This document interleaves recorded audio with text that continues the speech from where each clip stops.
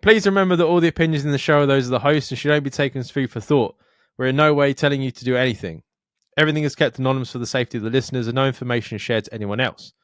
If you are easily offended by people's opinions or views, then thank you for making it this far, but this is not the podcast for you, so see you later. And please enjoy the rest of the show.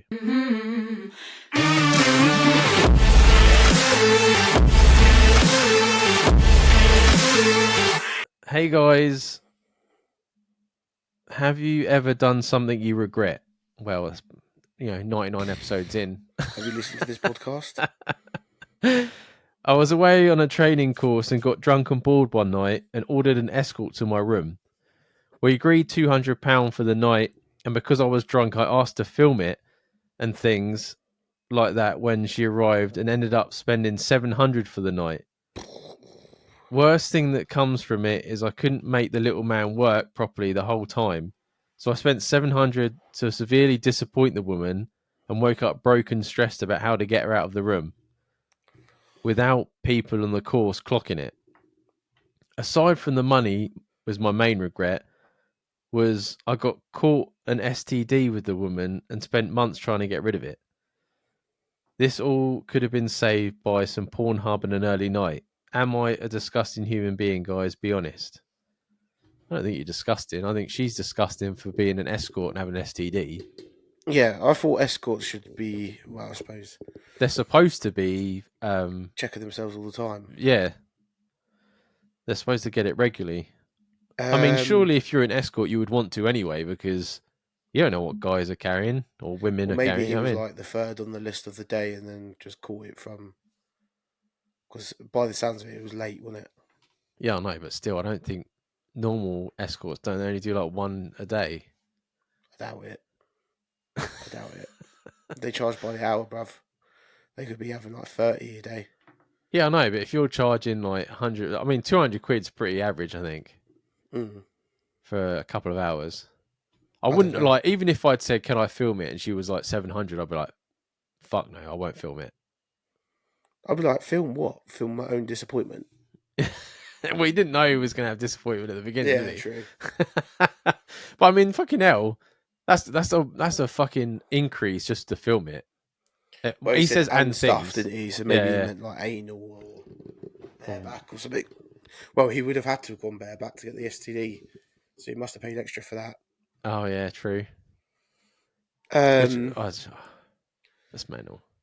I don't know. Men do stupid shit when they're drunk and horny. It happens all the time.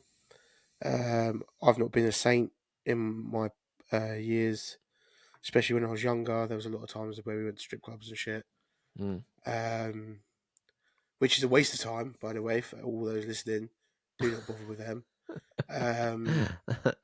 Put it down as same with the last guy. Put it down as an experience. It happened. You're going to be skint this month. Next month you'll be all right, and you'll have like a weird, like story to tell in the pub in about 10 years' time when you're happy to tell people. A guy I used to live with, a long time back. I met up with him a couple of years later, and he went to Japan on like a business trip. Yeah, because he had loads of money, as he does. And he asked me to tell, but I don't know why he went. And he was chatting up this girl for hours in this bar. Took her back up to the room, and then as they do, like in Vegas, she turned around and was like, "Is this much?" Money. Yeah. And he's like, "Oh well, she's already up the room. I'll pay for it." And then he didn't have a bad experience, and he was like, "Oh, don't want anyone to know." And I'm thinking, why? Why? Like, that's such a normal thing now as well to take. Yeah, I suppose some people would be ashamed of it. Like, there's a guy that I used to work with that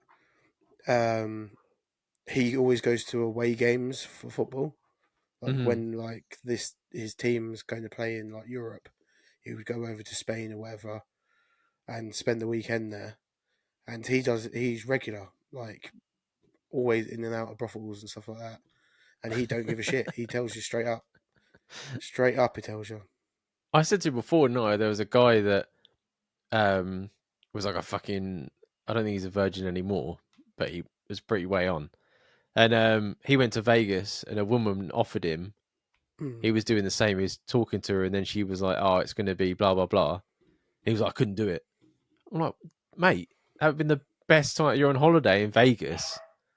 That's the perfect time to get a fucking escort." Yeah, I always think that if I was a single guy, I don't think I would look that deeply into it, especially if I had a drink. Um, but I don't know. I don't know.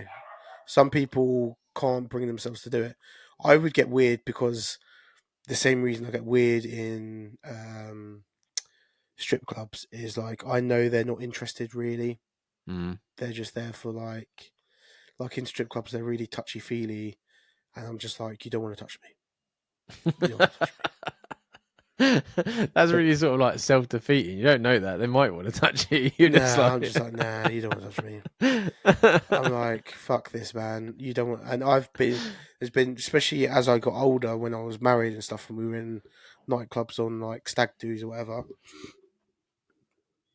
um, strip clubs, sorry. I would be like, no, I'm not interested, and I'll get into arguments because I'm like getting aggy about it because like they're so like over the top with you, and I think I would struggle with that because it's even more intimate, isn't it? Obviously, because you're trying to have sex with them at the same time. I yeah. don't know. I don't know if I could deal with it. I was like, I considered it at one point, and it was too much choice. Mm. You know, like when you've got to work for it, you only want to work for that one person. You sort of like zoom in on it. Yeah, But when you go on like a website and it's like, how much are you catalog. willing to pay? Yeah, and you're like what? Just couldn't fucking no. So I ended up fucking flatlining. I couldn't do it. And then I always have this like because I always think the worst case scenario first. Mm.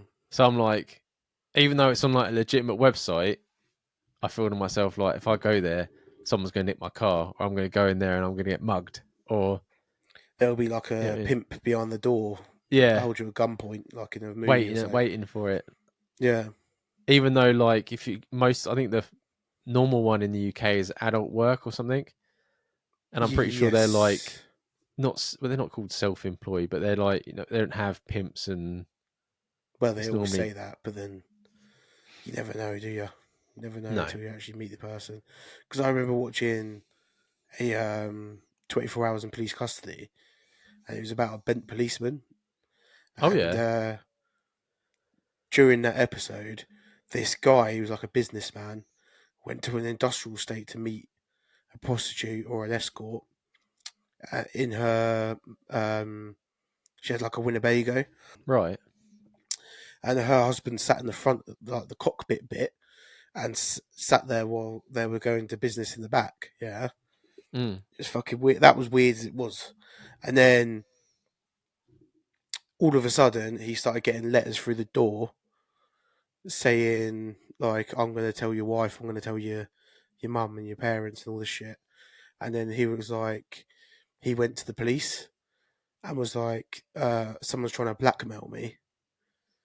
Saying leave £1,000 in this like hole in the wall in like Hertfordshire somewhere, Yeah. and turns out it was an off-duty police officer that was hanging around there, knowing it was a prostitute site, and found his searched his number plate and found his address and stuff, and that's who started like blackmailing him.